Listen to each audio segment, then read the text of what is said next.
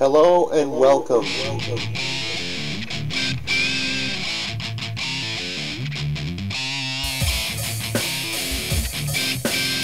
Today we've got something special for you.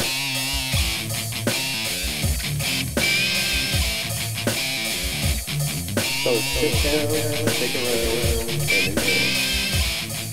Hello and welcome to another movie review.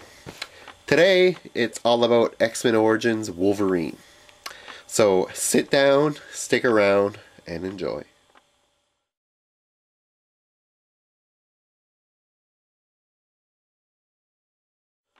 So, a lot of people have been asking me lately, they've been saying, Kevin, what'd you think of X-Men Origins Wolverine? What'd you think of the Wolverine movie? What'd you think of the Wolverine movie? I've been asked this question on several occasions, just in the last week, let alone for the last little while, ever since work print first appeared online. So here are my thoughts on the movie, basically. People will ask me, Kevin, what do you think about Wolverine? Was it a good movie? Was it a good movie? Yes, it was a good movie. That suffices about as far as you can take it, in the sense that a lot of people were upset over it. If you ask me if it's a good movie, yeah, it is a good movie. Like, you can sit down and you can watch it, and not overly, loathe it or want to walk out type thing.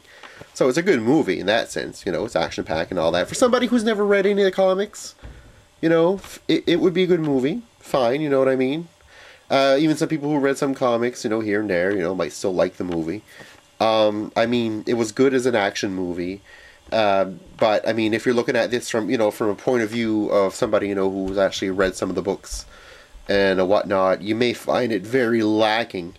If I was to compare it to something, I would compare it to X-Men 3 or X3 or whatever you want to call it, The Last Stand. It kind of takes these characters. You have some focal characters, and all these subsidiary characters are pretty much underused, underdeveloped, and just basically, in no lack of a word, shit on. For argument's sake. I think, when I watched X-Men 1, it was good. When I watched X-Men 2, that was great. And then when I watched X-Men 3, you kind of saw where there was a transition. There was a transition there from, when Bryan Singer directed it, that he actually liked what he was doing. He knew of the characters and all that. And then you kind of see what happens when that flips over. Then they try to introduce a whole shitload of mutants in the movie, and then basically nobody's developed. All the origins are changed. And then basically for somebody watching the movie, okay, still visually nice to see. But, for the people who are actually fans of these characters, such as a Juggernaut and that, you're like, oh shit, man, what did they do? It's kind of like this. I can understand what Fox was doing, but the movie does seem a little bit rushed. And if you're Fox and you're making this movie and you're wondering why all the negative, hype, most of the negative hype is going to come from the fanboys, and the reason is this. First of all, you have Wolverine, this huge, iconic fanboy character in the Marvel Universe, to which you take his origin, tweak it, and you do a whole other bunch of other tweaks. In the character's development and everything, in his origin, his relationship with Sabretooth, all kinds of stuff. And that kind of, it really, what it's going to do, it's going to piss off a lot of people. And then afterwards, you're going to throw in, two other huge fanboy favorite characters, such as Deadpool and Gambit, and not basically bring any kind of substance or any kind of huge liking to them. Gambit wasn't that bad, per se, but Deadpool, horrible. Ryan Reynolds didn't do a bad job with the guy, when he was talking and that. But afterwards, after going through the whole Weapon X thing, going through that whole procedure, he's got blades coming out of his hands like Baraka, he's shooting lasers out of his eyes, and on top of that, he's got his mouth sewn. Deadpool was a character that basically, the best way to describe him would be Spider-Man if he were a mercenary. Because he's always talking, he's always joking, he's always cutting wisecracks. That's what he does. That's what makes a character interesting. And they kind of took that, let it happen in the beginning, then took it away by sewing his mouth shut and all that stuff. I don't really care for that. I think the secondary characters such as Deadpool, Gambit could have been used a lot better. The only cool people really were Wolverine and Sabretooth, in my opinion. But like I said, as a movie, it stands on its own, and it's not a bad thing. I did like some of the things that they did in the movie, such as kind of show, well, the whole thing where the Weapon X procedure is done. You actually see the same dam, everything like from the first movie, the dam and all that. Wolverine trying to discover his origin. In the normal X-Men movies, well, he's kind of in the same place here. It follows Stryker, it follows Stryker's kid, you know, in case you didn't notice, the guy with the blue and the white, the blue and the brown eye, you know, that's stuck in the freezing thing, you know, Stryker's son. You know, it does a lot of stuff that you can go back at the first and the second X-Men and say, ah, okay, well, this makes sense because, yeah, okay, so we're seeing this area again. You know, we're actually reliving the origin type thing, which is neat. So there's a good tie-in. But overall, you know what I mean? The movie, okay, good action movie, fine. But for the fanboys, for the people who actually read the comic books, they're really not going to appreciate, you know, what was done with the movie.